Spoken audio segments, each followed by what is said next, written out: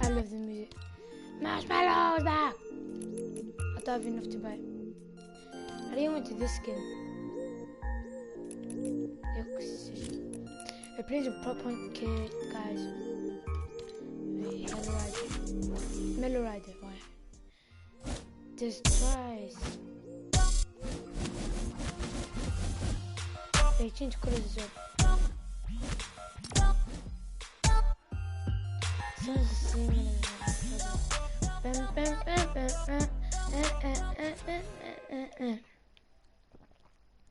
I love the music. I really want it. I was gonna get it tomorrow, but I can't get it.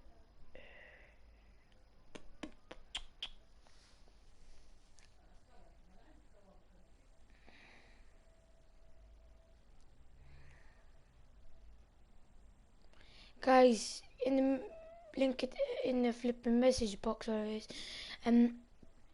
Shall I guys? What should I do? It's confusing. Shall I save up for the battle pass? Guys, you can even see at the bottom left corner that they've in. Look at my combo, guys.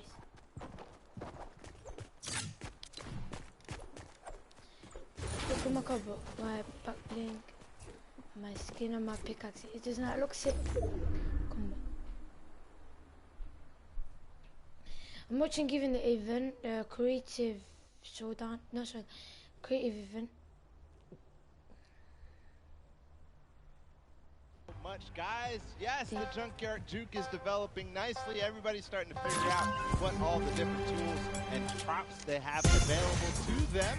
So with that, we're going to hop into some of the tips and tricks that I've seen from the Junkyard Juke so far. You can roll the clip right now as all these players. First thing I want to point out is there are these springboards. Unfortunately, Danyan gets picked out of the sky there. Not too happy about that. But moving on to Tamoya using the statue. This is one of the interesting scores I saw with the statue. Those higher point objects being useful. Scissors here with the springboard. The recovery and just barely doesn't get into the incinerator at the last second. And then here we have Tamoya. No, sorry. We have, again, just an awesome run towards there, looking like a scene out of everybody, you know, crossing the street at the same time. Here's Tracius hitting some amazing shots through the black.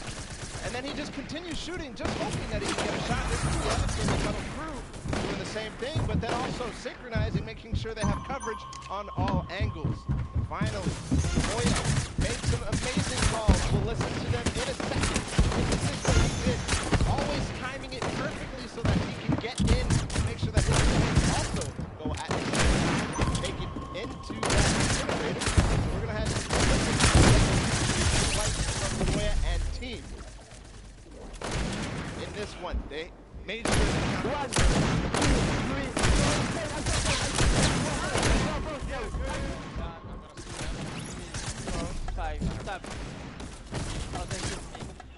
if they don't take care for 10. don't 1, 2, 3, yeah, I got 5, I got 4. 5. I got 10. No! He hit me. We are Yeah. I scored 0. That's the problem. I scored 0 in the first one. Like, they're all close points. there you go. Monkey Fighters, you know they won the first Silver Llama. See if they can win the next. We got one more match here on Junkyard Juke to go. We'll see who will come out on top with the Silver Llama from this. Guys, back to you.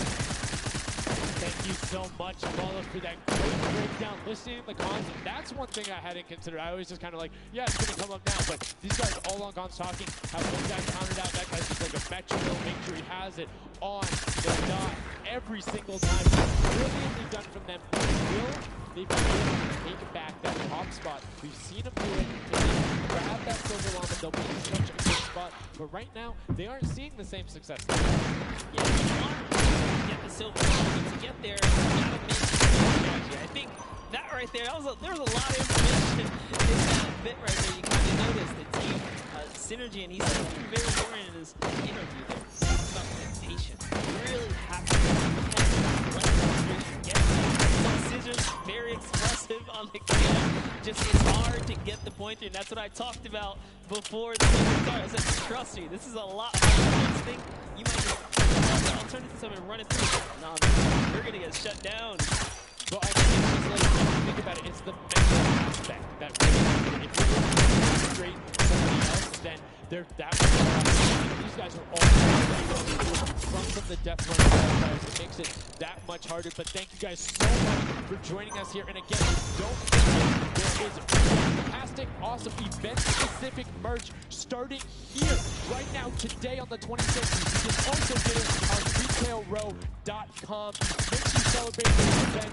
Remember it, grab some for your friends, your brothers, your family, people who couldn't be here, and celebrate the first ever Fortnite World Cup. Saw some of your favorite pros and competitors here rocking that new swag.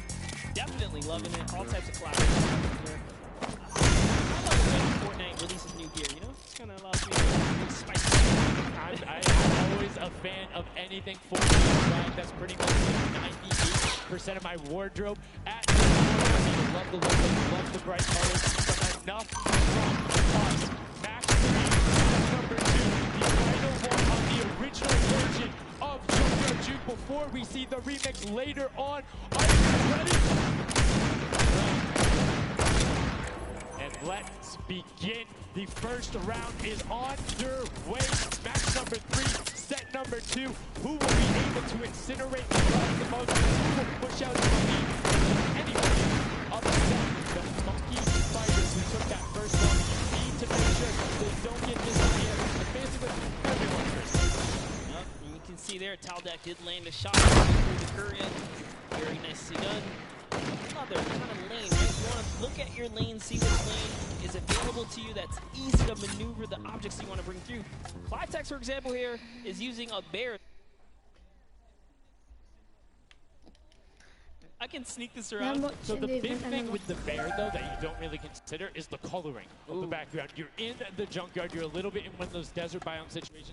There's a lot of kind of muddle grounds and oranges around there. It makes it that much harder to stick out. However, if you if you're grabbing the snowman, you're just really flexing on everyone. It's like, yeah, I'm a snowman. I'm a snowman in the desert, and I'm gonna score on you. That's pretty hilarious because, you know, we haven't seen anyone pull out the weird objects in the back end for good reason. Guys, There are a couple other fun ones back there. If we get a pan around later, you'll probably notice a big old snowman or something like that.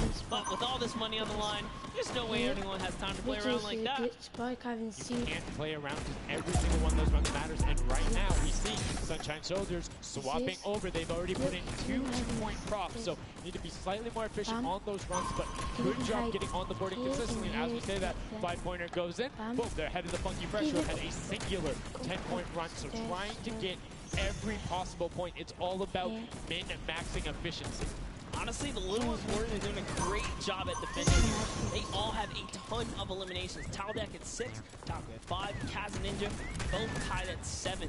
That is pretty good. They're shutting down all of their lanes. These guys are not here to play. Remember, that's where the bar don't accumulate any points. So it's good. They're knocking this out the way, and they're doing a great job defending. Keeping them out, making sure you find the right lane angles, and also sometimes putting shots out in the right spot. You just need to be able to consistently deny as much as possible. How that was sick! I was like, are you behind that? Yep, didn't see that there before. Didn't see that either. Taldeck doing a good job so far, spotting things through the curtain. Let's see if he can find another here. The random shot. Oh, something landed. That's why you don't want to hit those spring traps. They make it so difficult when you're playing objects. So much motion between when everything else is still. If you see that through, like, it's an easy shot. Particularly for all of these players up there. I mean, Gotaga and Crew, everyone on Raven's Revenge. No, I just all have been able to hit their shots, and then, I mean, Little Whip Warriors is a team of code K.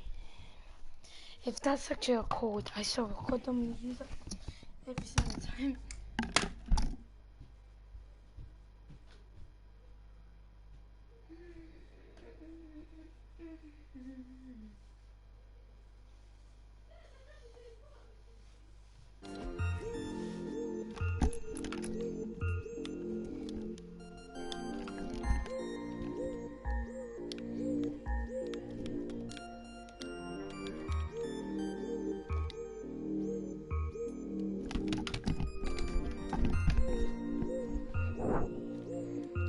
That's actually a code.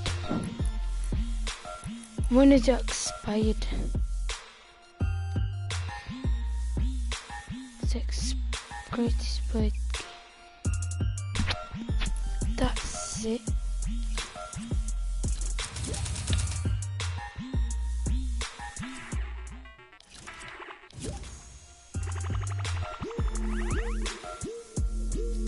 Guys, I'm gonna go AFK for a sec. I'll let you guys watch the event. So I can't, guys, make you bored.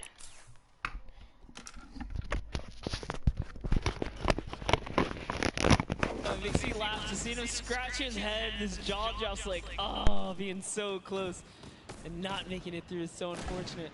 Taudak is going to find a little bit of success there as the Suezo, and you saw Alex J for a bit, is very close to scoring as well. Here's Zan from the Fish Fam, representing, hugging really close to that cactus. So long as he's not pushing through it, yeah, he is going to be able to sneak on out. He kind of hiccups there. He's going to go all the way. He doesn't care if the curtain comes down. He sneaks right underneath Tamoya.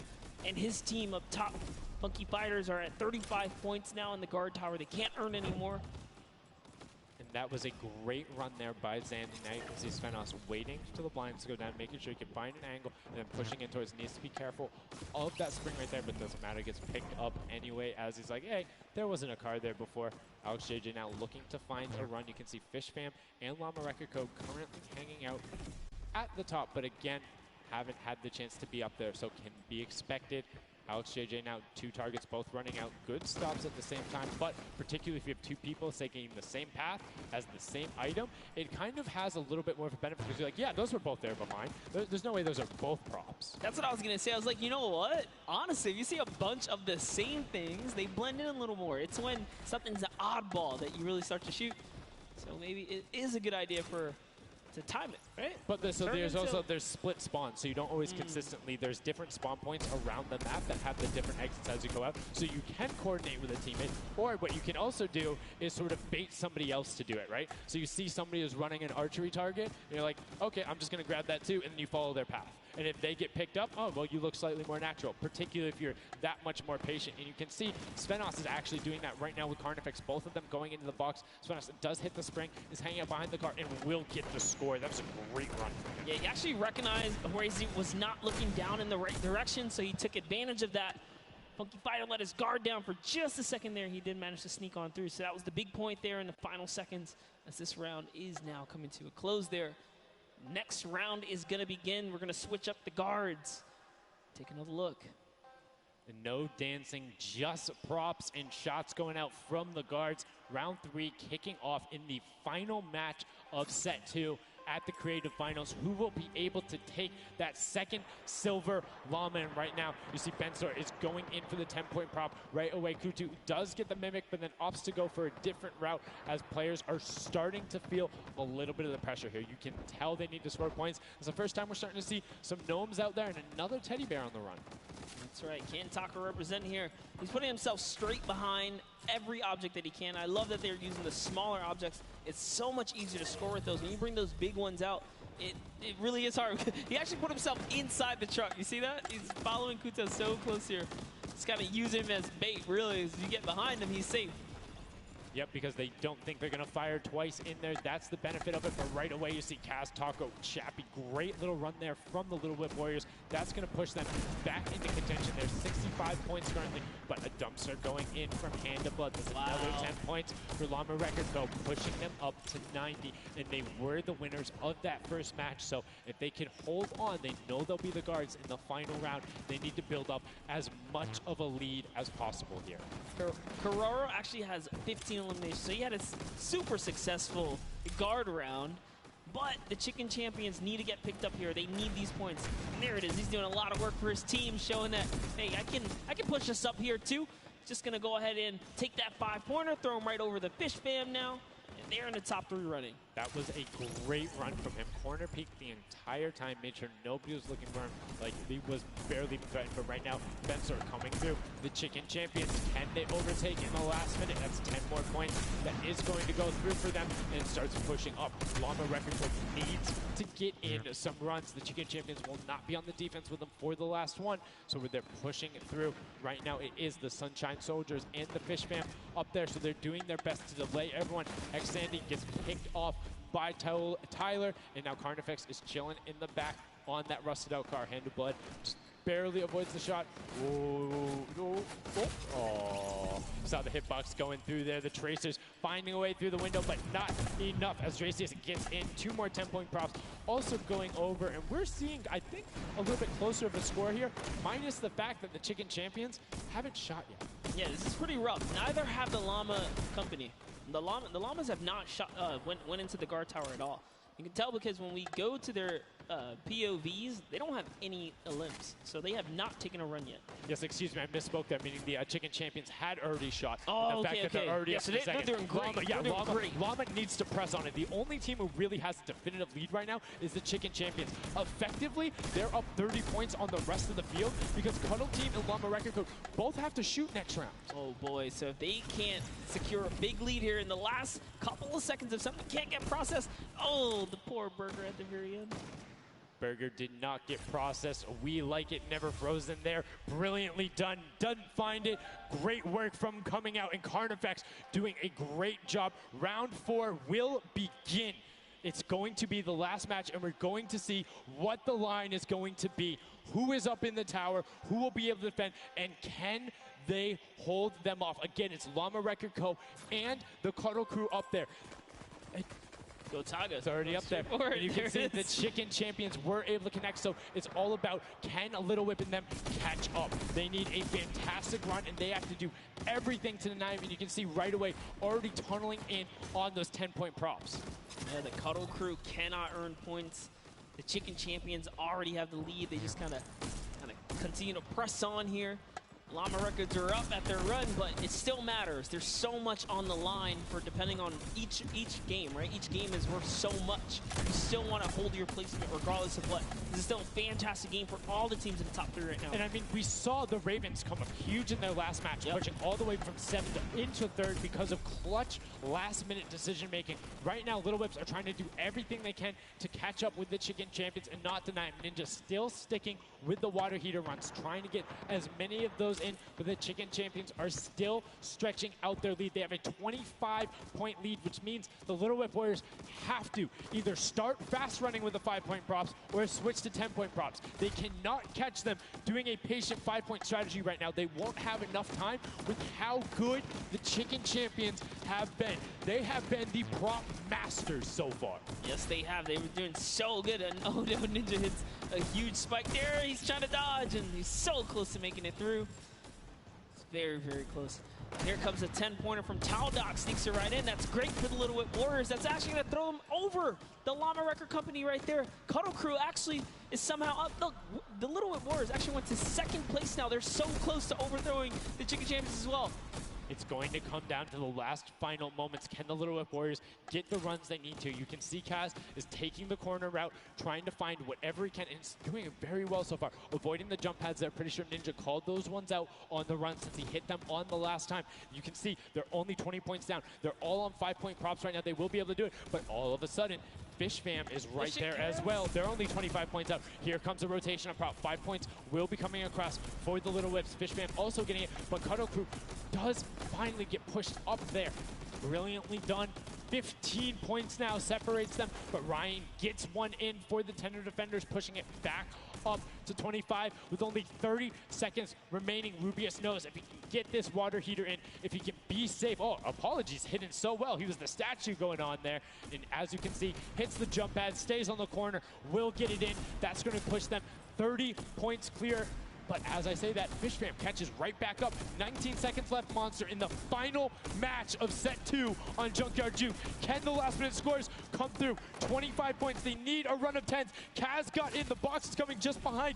Fish Fam gets picked up. The Chicken Champions have done enough to round out the final match Brilliantly done in match 2, repeat at match 3. They are the chicken champions. Excellently done, and they defended their crown. That's right, and you have to give props to everyone else that managed to kind of hold a top 3 lead, especially right there in those final moments. Little Whip Warriors, the Fish fans really coming up at the end there, you know, bumping up their prize earnings, because every round everyone's a winner, but you can earn just a little, you can win a little bit more. Yeah, it was just brilliantly done there. And these are actually the creators who helped with this. Brilliantly done from them. Some fantastic gentlemen. Thank you guys all so much for your help in making this mode come to life. Some fine gentlemen up there, the creative builders were at that game jam out there, spent hours and hours, and it really blows my mind to see what they're able to do in this creative mode. Because like, I'll go in, I'll play some stuff, yeah, I think I'm pretty good, and they're like, oh yeah, after 20 minutes I have this full game mode, here's how the scoring works, here's the barriers. I'm like, and that's the magic of creative, right? These unlimited possibilities, really, when it comes down to coming up with these game modes. We've seen tons of fun ones, obviously developed not only for, you know, the creative kind of fun side of the community, but the comp side as well, right? There's plenty of great game modes out there. Yeah, shout out to all the guys out there playing Storm Wars. We know you guys enjoy it, but that was a fantastic way to close out set number 2. And a brilliant, honestly, I enjoyed Junkyard Juke. It was fun to see kind of the definitive playstyles come out. Patience ended up being key, but players started finding the diagonal runs, knowing that like, hey, I'm gonna stick with the statue because this is my comfort, or like, I know on this run I can be blocked by this tree and this dumpster, and I only show myself once. But again, brilliant from the Fish fam and Little Whip Warriors to push up and pass those guys in the last moments, pushing them into the top 4 and earning just a little bit more of that prize money. That's right, because they want it all here at the Fortnite Creative Finals, and it's going down. So, you know, you love to see it. We've seen a series of, you know, I guess, different people succeeding, right? And all of these, the Chicken Champions really kind of came out. Well, that's what, again, I love about all this and about creative. There's so many different skills that Fortnite isn't all about one individual thing. You see these guys, and what they're doing is incredibly well. Able to execute the game plan, talk with their teammates, come up with something new, and the Chicken Champions elevated. They were clearly better than the rest at Junkyard Juke, but the question is, will that continue when we get into the Golden Games? Right now, we're going to get a chance to speak with the Chicken Champions, who's up top with Pooks. Pooks, what do you got for us? Thank you so much, Sundown. I am down here with the Chicken Champions, who surprisingly didn't fly the coop. They put on an absolute clinic today in the creative trials. I'm here with Rubius. Now, you guys won the last game as well, so 2 in a row. You guys had a pretty great strategy. Do you want to kind of talk me through that a little bit? Oh, what can I say? It's the power of Norway, the power of Spain, and the power of Detroit. Like, we're crushing it. And we're a chicken, so we're good at hiding. Like, we're not good at shooting and stuff, but at hiding, we're the best. The best strategy, I think, is, well, let him take the big stuff, and we are like the supports. Like, we take the small stuff, the 5 points and stuff like that, and the trick is, don't tell them anybody, but the trick is to go in the corners. Like, no one is watching the corners. It's insane.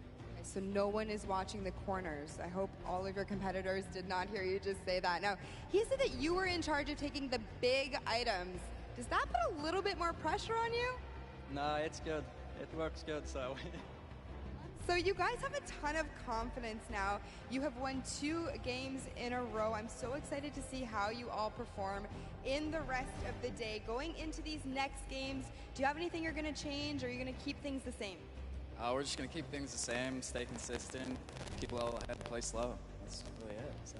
And finally, just for you there on the end, I just want to talk a little bit about, you touched on the diversity of this group. Yeah. Now, I know you guys have really not played together much before. What has that been like, coming together, playing here with your teammates from all over the world? It's amazing. Share these moments with my team, and the next mode, it's amazing. And bueno, this parkour, I think my team is very good in parkour, and I win. We win. You guys are so confident. I love it. Hopefully that carries on into your next games. Congratulations again, guys. Thank you so much. Sundown, back to you. Can I send some love to Twitch chat? Oh, Let's go. Twitch chat. Twitch chat. There we go. It's everywhere, man. Thanks for the plug out there, El Rubius. Fantastically well done. Love to everyone all over, no matter where you're watching, whether it's Fortnite.com/watch, on Twitch, on YouTube, in client, you're loading up all that stuff. Thank you guys so much for all of this, it being here. Set 2 is done. It's wrapped up. But, I mean, we saw a big shift in the gameplay. We saw a lot of different changes going on, and it's going to be interesting to see what ends up converting into the golden games when we see a little bit of a remix on it. Not going to spoil any surprises. I know, it's fine, but I'm just curious to see who is able to then take their gameplay and enact it when you get to think on it, because you get to then process and be like, okay, we were this close. We were right there. If we had maybe like a little bit more aggressive, or like maybe if we were a little bit better on defending, or maybe one person picked a different lane, the result could have been different. And these guys have been so good at adapting to the circumstances that I have no doubt that the Chicken Champions aren't just going to comfortably sit on top. Yeah, not only that, they gave away some strategies, so we'll see if Bala outside can, kind of break that down and see if he can give us a little more insight on everything. Thank you so much, guys. The action is heating up. It's also heating up outside. Trying to cool off a little bit here at the Fan Festival, but awesome games of Junkyard Juke, and Chicken Champion seems to be racing away with this one. We're going to take a look at some of the moments from that last game and how they won. So here, first off, just having a good time in the front, and also maybe flexing a little bit their trophy that they may have just secured in terms of a llama. We'll find out that later. But their strategy the entire time, they said it before in the last game, they're just trying to go for the high points. They're just trying to score these, at least getting not those 2 points that Monster was advocating for, but go for the statues, go for the boilers, all those things that net you tons of points, and that's how they came out to a lead. Here it is again, them just cheering on. We have the reactions from the Chicken Champions on their win as well. Nice trophy lifts. Maybe they'll be doing that later on here. The statue using that to get above the opponent's vision, their field of view, hit their shots, and the reactions of the win. Just bliss as they win their second game there on Junkyard Juke. Absolutely amazing stuff, guys. I can't wait to see who's going to earn that and who's going to continue on towards their path to the Creative World Cup champions.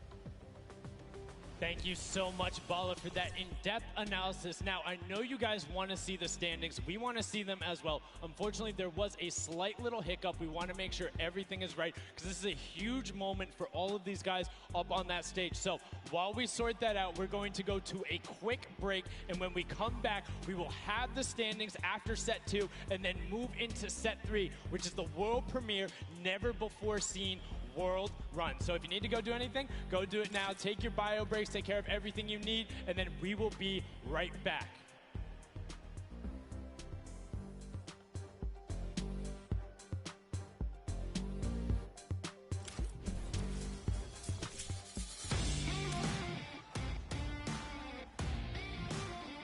Hey, my name's Magma, and today I'm in New York because I qualified for week 4 of the creative trials for Godiga's map. I'm really looking forward to showing my skill set off and meeting all the players and showing everyone what I can do here.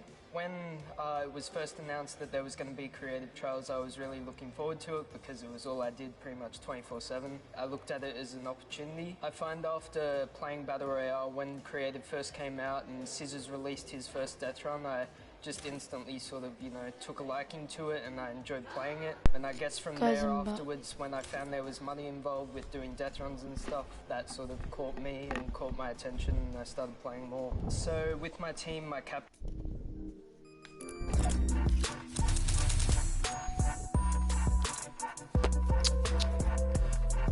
Guys,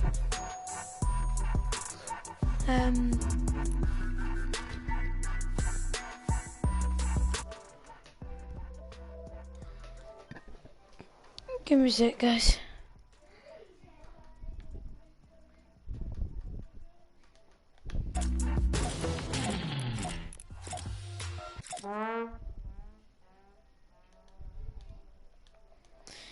My amazing games are... يوم جون اللي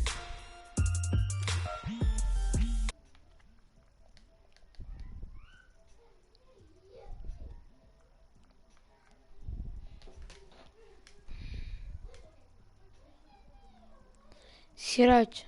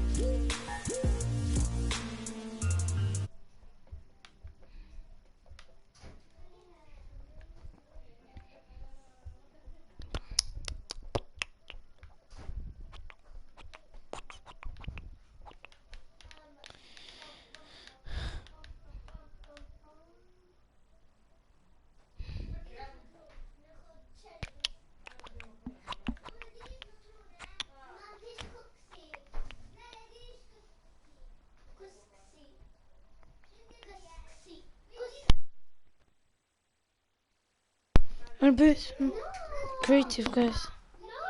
Give me.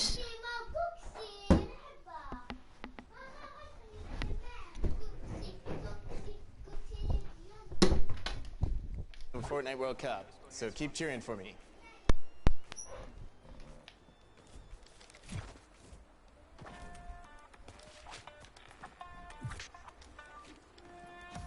Hi, I'm Fortetto and I'm here to compete in the Creative World Cup. I competed in most of the trials and was really excited when they announced the bonus weeks after the original 5 were over.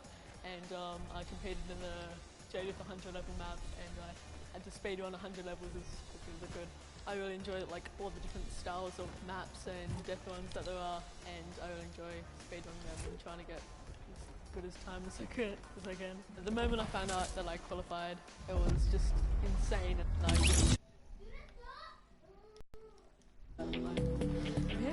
And Fortetto and the Sunshine Soldiers are going to win because we have 2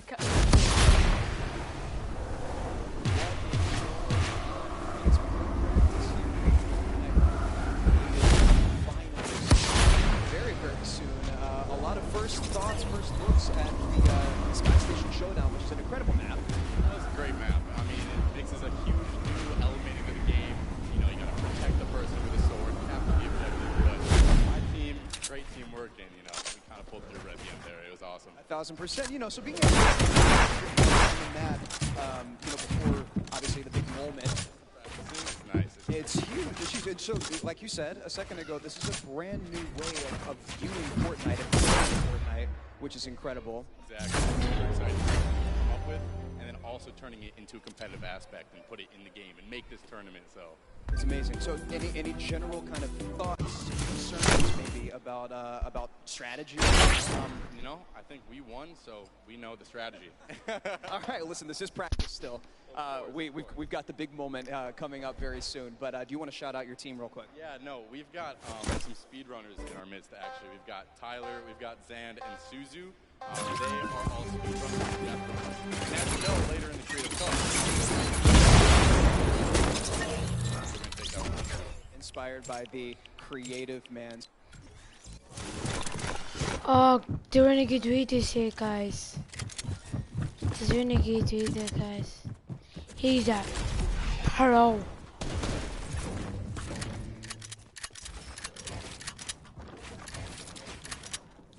Shemted. Honestly, he's gonna get it and a coach, but he might be wearing other skin boys. He's good.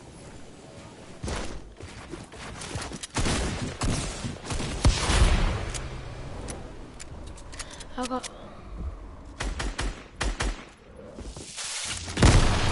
Oh my god.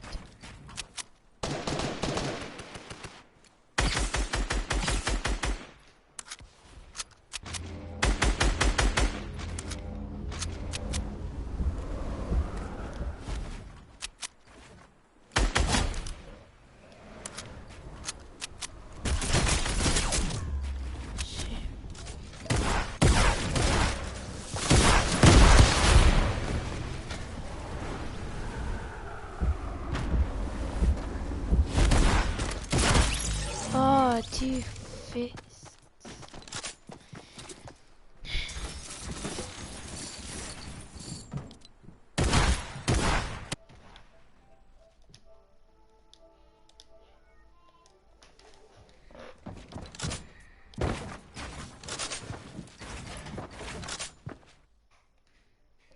There.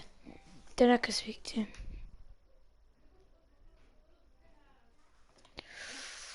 Sweat, splat, sweat, match. I might play my mate Luch A.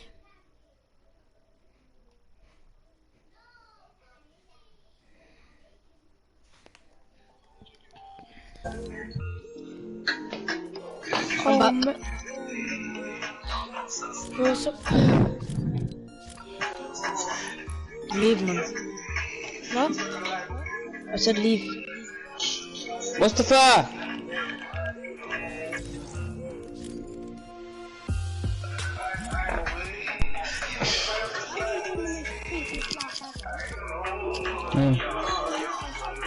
I literally got blue loot. Yo! Stop removing me!